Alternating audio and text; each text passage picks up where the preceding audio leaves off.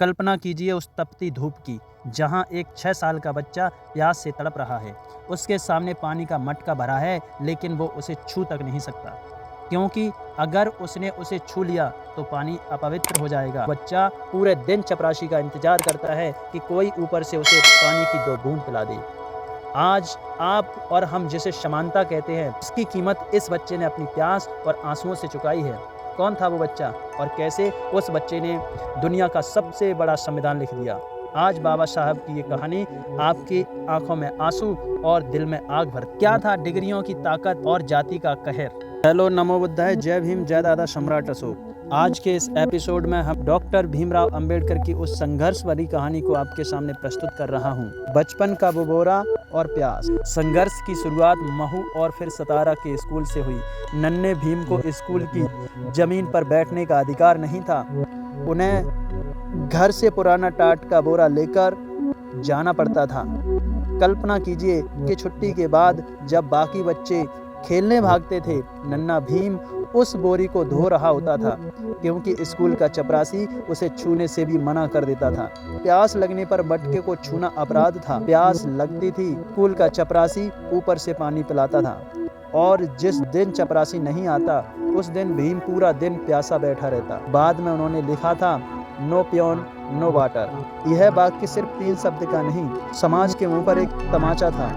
कैसे इस बच्चे ने संस्कृत सीखने का जुनून आया और तिरस्कार इसका हुआ। संस्कृत सीखने का जुनून और तिरस्कार। भीमराव का मन था कि वो अपनी जड़ों को समझें। इसके लिए वो संस्कृत पढ़ना चाहते थे, लेकिन स्कूल के ब्राह्मण शिक्षकों ने साफ मना कर दिया था कि तुम अछूत हो, तुम वेदों की भाषा नहीं पढ़ सकते। सोचिए उस बच्चे की जिद, जिसे अपनी ही मिट्टी की भाषा में पढ़ने से रोका गया। उसने आगे चलकर दुनिया की सबसे कठिन यूनिवर्सिटी में टॉप किया और जर्मनी जाकर संस्कृत का ऐसा ज्ञान लिया कि विद्वान भी दंग रह गए। एक बार की बात है, भीमराव को एक महंगी किताब चाहिए थी। उनके पिता ने अपनी पूरी रात की नींद और अपनी पत्नी के आखिरी गहने दांव पर लगा दिए ताकि उनके बेटे की पढ़ाई न रुक सके।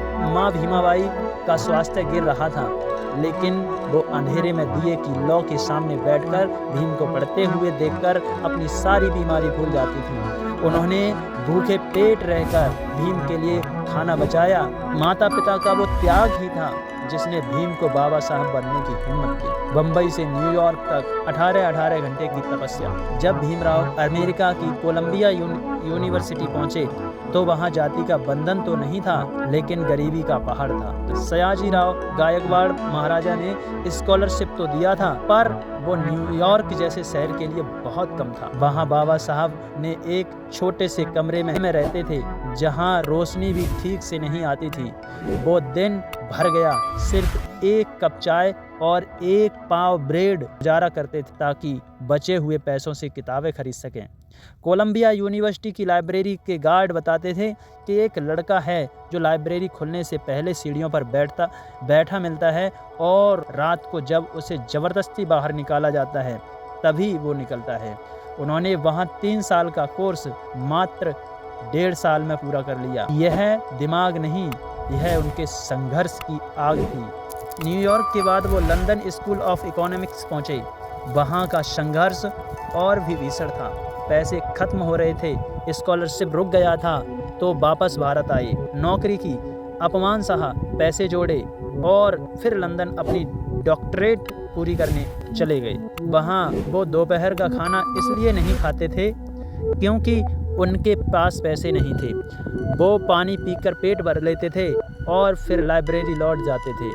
उनके पास उस दौर में 32 डिग्रियां थीं और वो दुनिया के पहले ऐसे इंसान बने जिसने लंदन स्कूल ऑफ इकोनॉमिक्स से डॉक्टर ऑफ ऑल साइंस की उपाधि पाई। इतनी पढ़ाई करने के बाद जब वो भारत लौटे तो उन्हें लगा था कि अब समाज उन्हें सम्मान देगा, लेकिन नहीं। बड़ौदा में जब वो डिफेंस सेक्रेटरी जैसे बड़े पद पर थे तो चपरासी ने उन्हें फाइलें हाथ में देने के बजाय मेज पर फेंक कर दी। उन्हें पानी पीने के लिए मटका नहीं दिया गया। उस शाम बाबा साहब सयाजीराव गार्डन में एक पेड़ के नीचे बैठकर फूट फूट कर रोए थे। उन्होंने अपनी डिग्रियों की तरफ देखा और कहा कि अगर एक doctor of science barrister at law का ये हाल है तो मेरे अनपढ़ भाइयों का क्या होगा।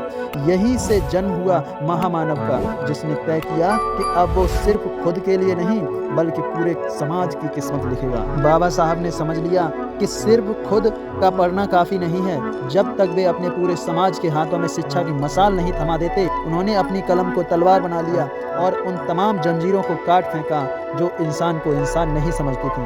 अपनी ज़िंदगी के आखिरी पड़ाव पर उन्होंने उस धर्म और विचारधारा को परखा जो समानता की बात करती थी और आखिरकार बुद्ध के मार्ग को चुना। उन्होंने दुनिया को दिखाया कि शिक्षा केवल नौकरी पाने का साधन नहीं है, बल्कि यह वह शक्ति है जो एक प्यासे बच्चे को करोड़ों लोगों का भाग्य विधाता बना सकती है।